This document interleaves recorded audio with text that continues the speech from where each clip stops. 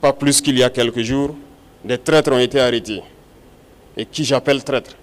C'est ceux-là qui sont parmi nous, qui continuent de travailler, d'être des agents pour des ambassades de pays impérialistes implantés au Burkina Faso. Certains ont été arrêtés et nous poursuivrons pour démasquer d'autres. Ils sont là dans notre administration, ils sont là dans les organisations de société civile, ils sont là dans les organisations politiques.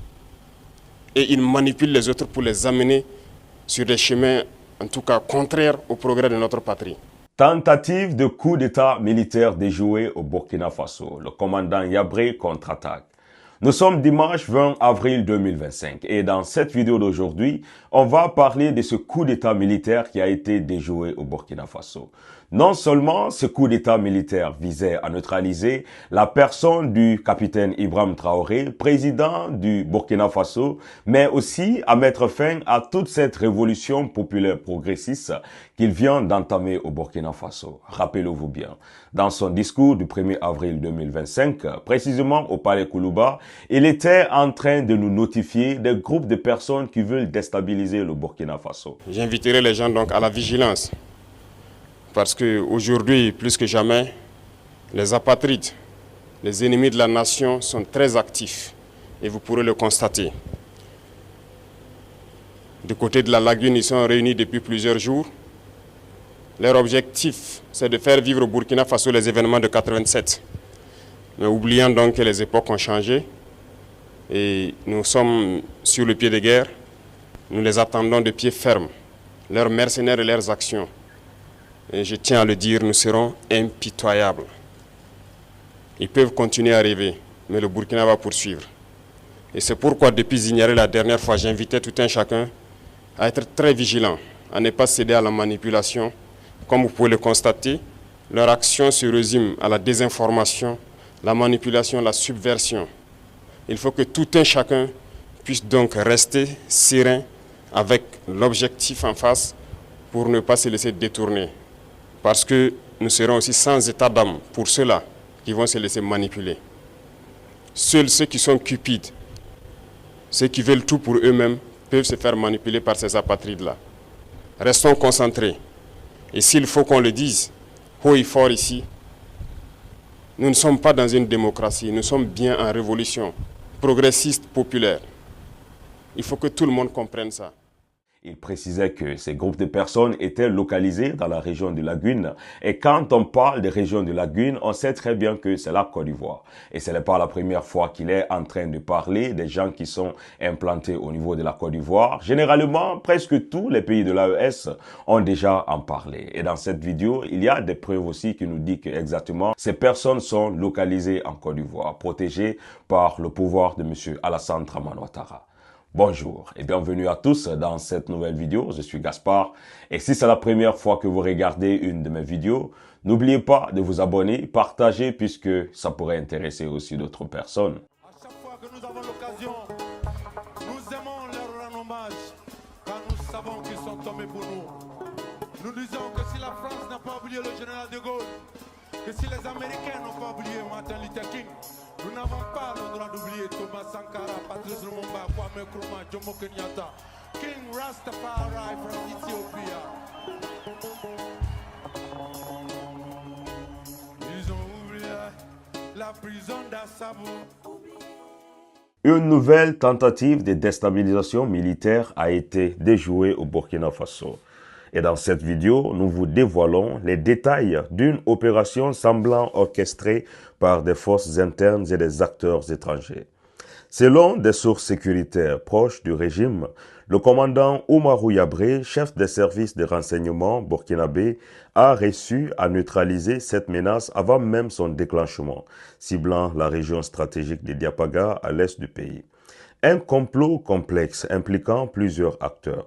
Parmi les suspects, le commandant Joani, ancien directeur général de la SONABI, déjà cité dans des affaires de détournement de fonds.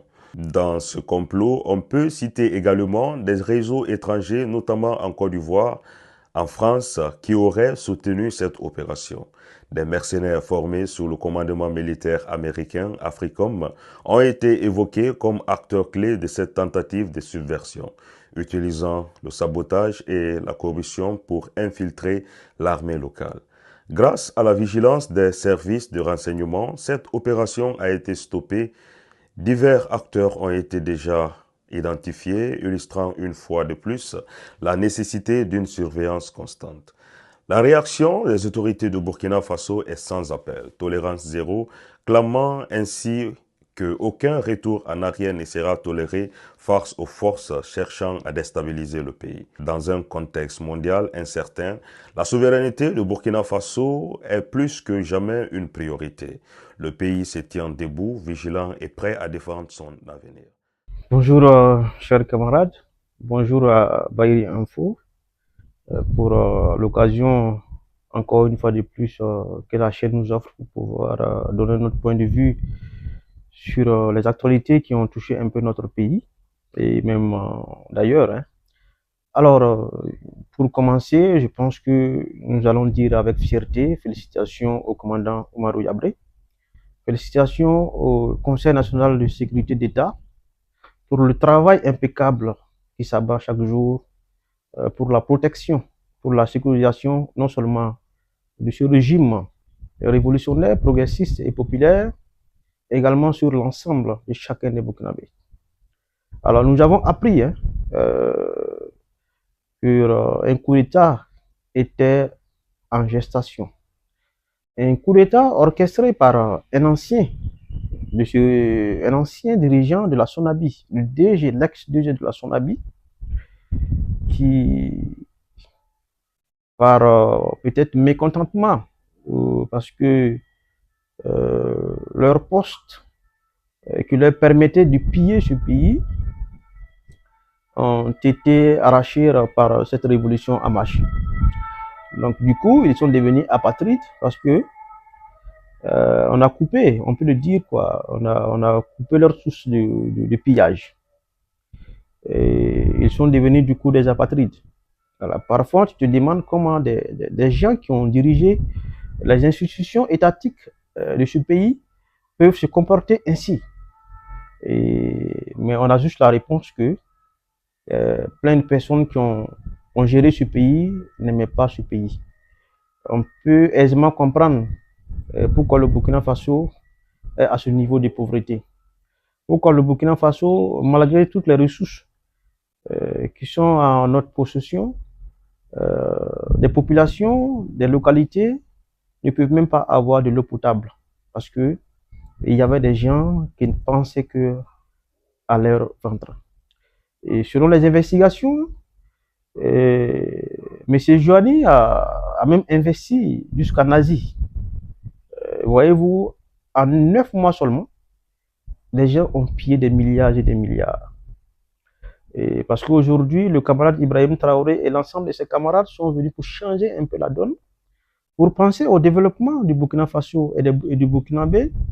C'est un crime pour eux. Donc, il faille, avec l'argent pillé même, essayer de faire un coup d'État. Mais pour diriger qui?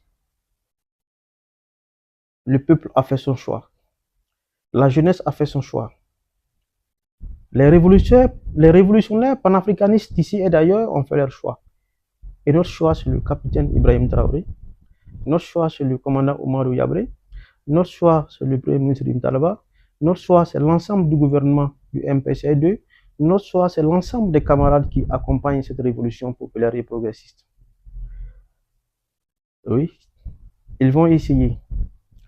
Mais c'est aussi bien, c'est pas mal, parce que comme nous sommes dans une période, dans une gouvernance de vérité, Dieu et les ancêtres vont pousser même les ennemis à se faire découvrir eux-mêmes, à se faire prendre eux-mêmes. Vous allez voir que des gens ont dirigé, des gens ont été ministres des Affaires étrangères, des gens ont été ministres de la CENI, de la Commission électorale. Les gens ont géré le Burkina Faso pendant des années. Et ces mêmes gars qui sont en France, qui sont à Abidjan, et qui sont en train de comploter contre le Burkina Faso. Tout simplement parce que le capitaine a opté le développement du Burkina Faso. au détriment des intérêts égoïstes. Est-ce qu'on pouvait imaginer qu'en 2 ans, le Burkina Faso pouvait regarder un peu ce que le Burkina Faso a eu en termes d'acquisition de matériel militaire, agricole, hein, des machines, en matière les bus, transport, tout. Le projet Faso Mebo, vous voyez, du sud, Ouagadougou est en train d'être goudronné partout. La poussière, ça sera un ancien souvenir. Tous les domaines aujourd'hui. Aujourd'hui, vous voyez le ministre de l'Agriculture qui est dans les villages, dans les localités, pour réhabiliter les barrages, pour construire de nouveaux barrages. Parce que l'autosuffisance alimentaire, juste pour bientôt. Vous voyez l'armée aujourd'hui, vous voyez les billes qui ont été créées. Il faut rappeler que, si vous vous souvenez, quand Ibrahim Traoré venait, il y avait des attaques à côté à Oundé. Juste à côté. Les gens ont instruit à leurs ressortissants de ne pas prendre la route Ouagadougou-Bobo-Dioulasso. Il y avait des signaux que les terroristes voulaient couper Ouagadougou-Bobo-Dioulasso. Ils étaient à la porte de Ouagadougou. Certains même ont annoncé que les terroristes allaient piller Tabaski à Ouaga, à Ouaguia et dans toutes les grandes villes. Mais aujourd'hui, on a pu repousser les terroristes, consolider les zones et toutes les localités, toutes les grandes villes. Aujourd'hui, aucun terroriste ne peut s'approcher. Et si vous voyez un peu la nouvelle manière, on ne va pas tout dévoiler ici. Hein. Voilà, on ne va pas dévoiler le secret ici, mais nous savons que ceux qui savent lire entre les lignes connaissent aujourd'hui qu'il ne suffit pas de combattre les terroristes pour combattre, mais il y a un système, il y a un plan qui est mis aujourd'hui. La boucle du monde, vous savez pourquoi le terrorisme avait pris la boucle du monde? Parce que stratégiquement, c'est le grenier du Burkina Faso. Les terroristes même s'approvisionnaient là-bas. La zone de l'Est également. Mais allez-y voir dans la boucle du monde. Il y a un travail de consolidation qui est en train d'être fait. Mais ça fait mal aux ennemis. Ça fait mal aux impérialistes. Mais ça va encore les faire mal davantage. Parce que ils vont, 1000 complots, ils vont essayer de comploter. Mais à chaque complot, ils ne vont rien comprendre.